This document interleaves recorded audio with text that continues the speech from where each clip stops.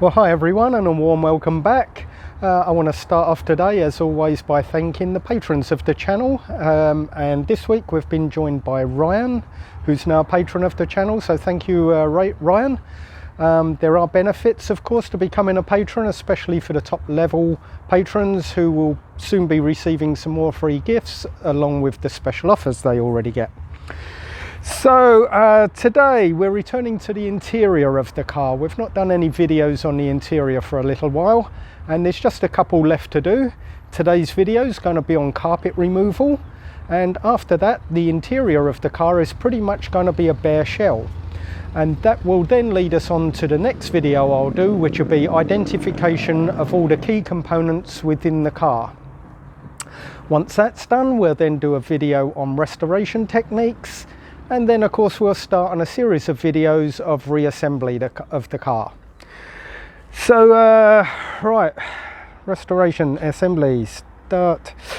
Yeah, during today's videos, some of the parts that need to be removed in order to get the carpet out have already been covered in a previous video. Now, rather than repeat everything and make the video unnecessarily long, all I'm going to do today is point out the parts that may need to be removed for carpet removal that have been covered in a previous video. And then you can just refer to those videos if you're not sure how to get those particular parts out.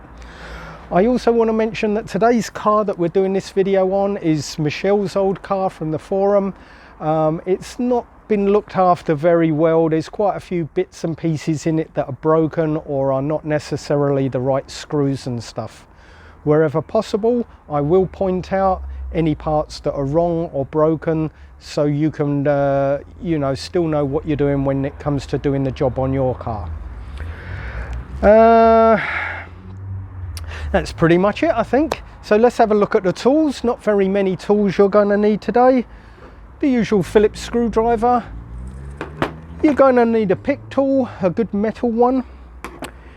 You're going to need a 10mm socket piece on a 1/4" drive ratchet with an extension bar would make the job a bit easier. And finally, a flathead screwdriver. Now you're going to be trying to get to a part that's behind the pedals, so if you've got a long one, it would make the job a bit easier. And that's pretty much it for tools, almost nothing. So that's a quick look at the bits and pieces. We talked about what we're going to do today. Now we'd better get in the car and get on with the job. Now, as I've already said, some parts of the car have already been removed in previous videos, so I'm not going to repeat that again today. We'll start with the two front seats. Previous video shows you how to remove those, and you're going to need to remove them for this video. On the back seat, you'll just need to remove the bottom section, which again was shown in a previous video, so I'm not going to do that again. We'll just pull that out and stick it in the back. And also the side panels, one on each side, again removed in a previous video, and it's quite a lengthy one, so I'm not going to do that again. We'll just remove those.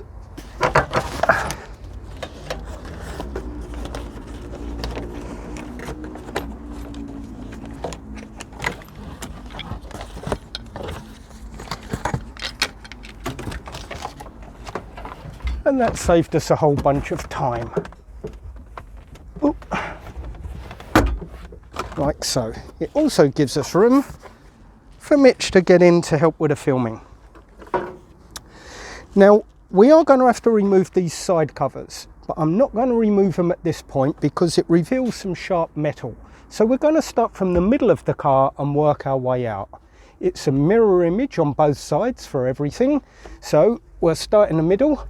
I'm just going to do this side on video, the other side I'll do off video to save time. You're going to need your pick tool, which I've put down for some stupid reason somewhere else for something else I was doing. I just got to pick that up, sorry. Pick tool in hand, we're ready to start again. We're first of all going to remove the glove box in the middle. To do that, we've got to remove this little trim cover here. Get yourself a little pick tool. Get underneath it. Now there are multiple versions of this, each of them are held in a different way, but the same pick tool will do the same job. Just get underneath it and pop it out. They don't tend to break. I've never had one break. They're pretty flexible. So just pop that out. Then you're going to need your Phillips screwdriver. We have 2 screws that were hidden underneath the trim. Now if I recall, these are not the correct screws. They should be this colour, but I wouldn't want to be quoted on that. Maybe different models have different colours. It just looks wrong to me in the yellow screws with a black plastic. So it's just 4 of those, 2 here.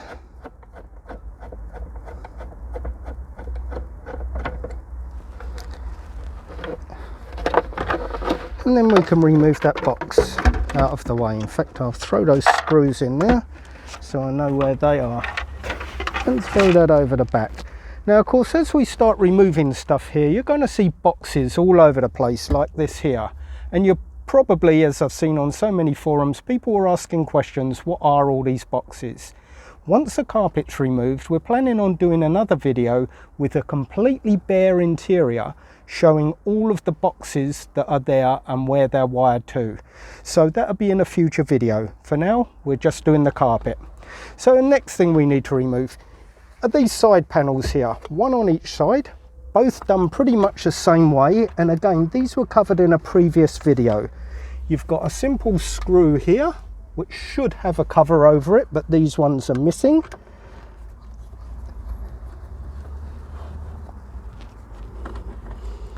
And again, that's the wrong screw, but we won't worry about that for now. Right at the very front here, you should have a plastic clip, which is missing on this one.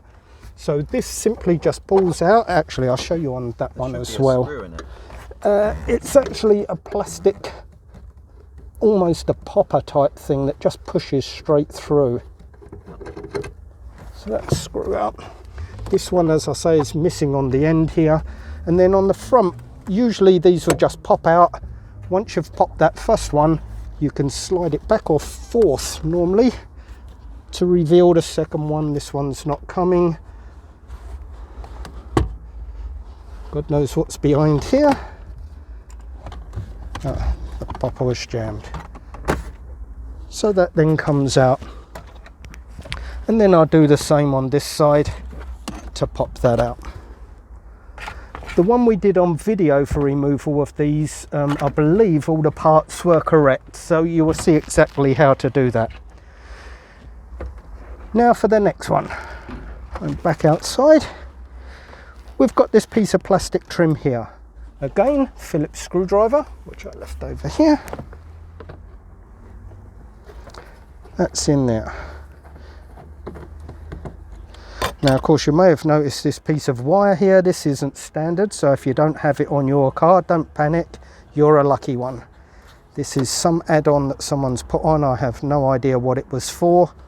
Could it be probably fog lights, yeah, but hopefully yours has been done better. Then we have another piece of plastic trim here. There's a screw behind here. It's the same on both sides, so just feel around for your screw head. There.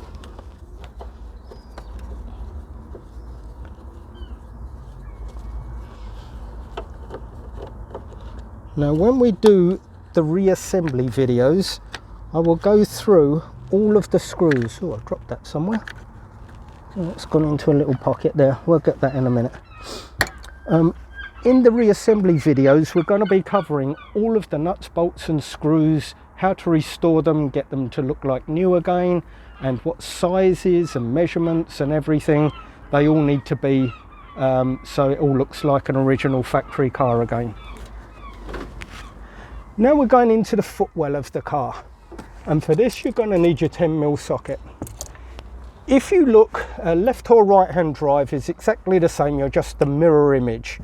You have a footrest near the center console that has 2 10mm bolts going through it and holding it into position. So you need to undo those.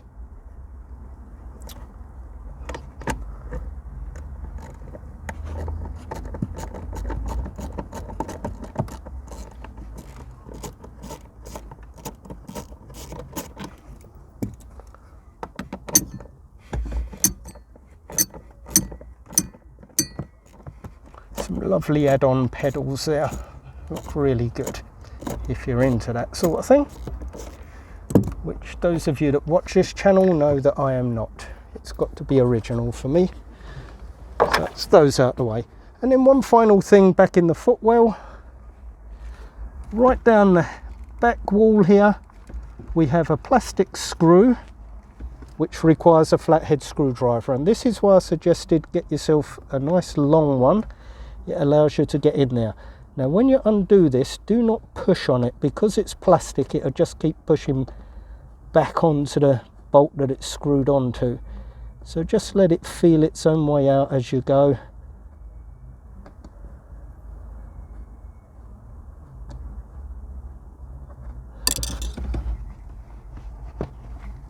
There we go, if you can see that. So that's that. Now that's everything in the middle. I should say that some of these, the carpets are done slightly differently. This one does not appear to meet in the middle across here. Okay, it does slightly. Some of them are actually taped across the middle there, so you'll need to get your fingers in and just undo the tape, but at no point is it stitched across the middle, so you don't need to remove all this center console. They've made it nice and easy for us. So the next thing is the side piece here. 4 screws, same on both sides. So what I do on this side, you're just going to do exactly the same on the other side as well.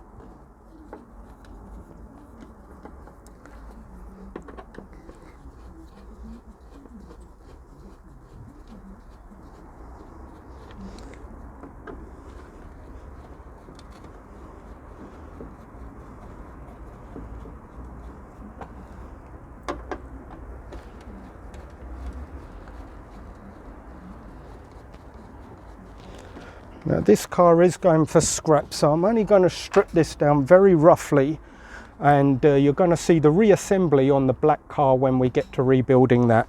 So with those 4 screws out, this will now pull up. Get your fingers underneath, and once that one's up, it will allow you to take this one out, and there's that screw that I dropped, and it will allow you to get this one off.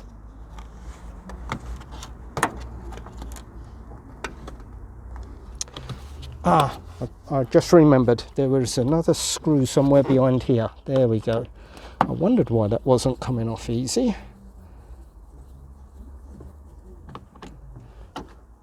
I can't be expected to remember everything.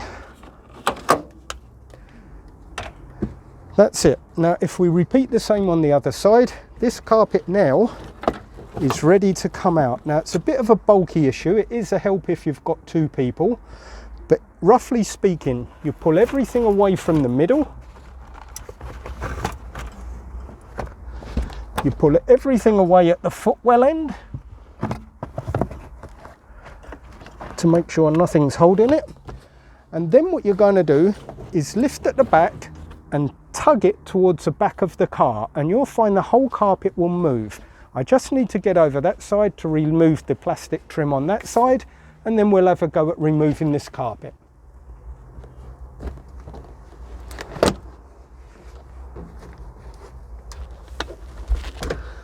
Don't think that's screwed down anymore, is it? No.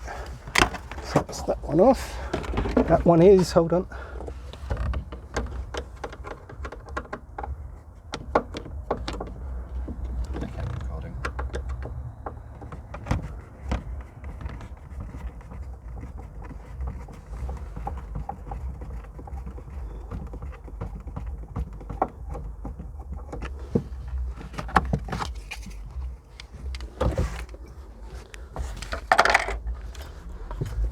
Just make sure everything is released on this side.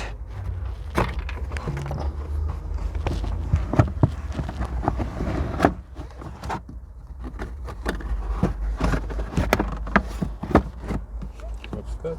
The carpet along here has a plastic trim that just pulls off the edge. It's just to hold it in place. And the back comes up. So now we're all free. Now, like I say, ordinarily This is much easier if there's two people, one on each side. But I'm going to try. Do you want to jump out? I'll try and do this side and film. Okay. Do that side. If you can do that, that will be excellent. With the tools. So we lift at the back, then slide the carpet back.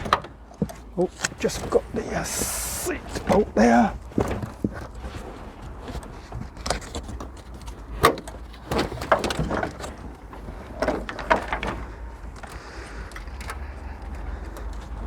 Stuck under the carpet on my side. The cable. Yeah, yeah, how are we going to do this? Can I pull this round? hold on. See? Got it? Got it.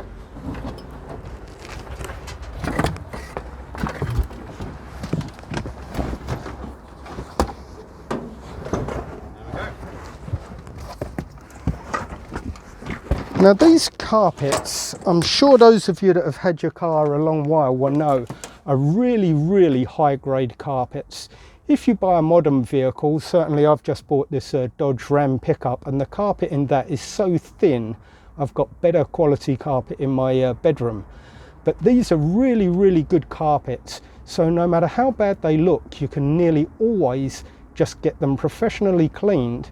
I do mine out of the car always. About once every 10 years I take it out, get it really, really well cleaned, put it back in. It looks brand spanking new again. And that's what we're going to do with these carpets before we reassemble the black car.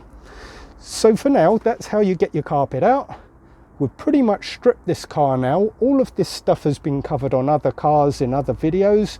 And the next time you see us working on the interior of a car, apart from component identification, will be to see a bare shell rebuilt back to a factory standard car. So for now, for this video, that's it. Thank you for watching. Don't forget to subscribe. Don't forget, if you want to request a video, you can join the forum and request any video you like, and I'll do my best to cover it for you.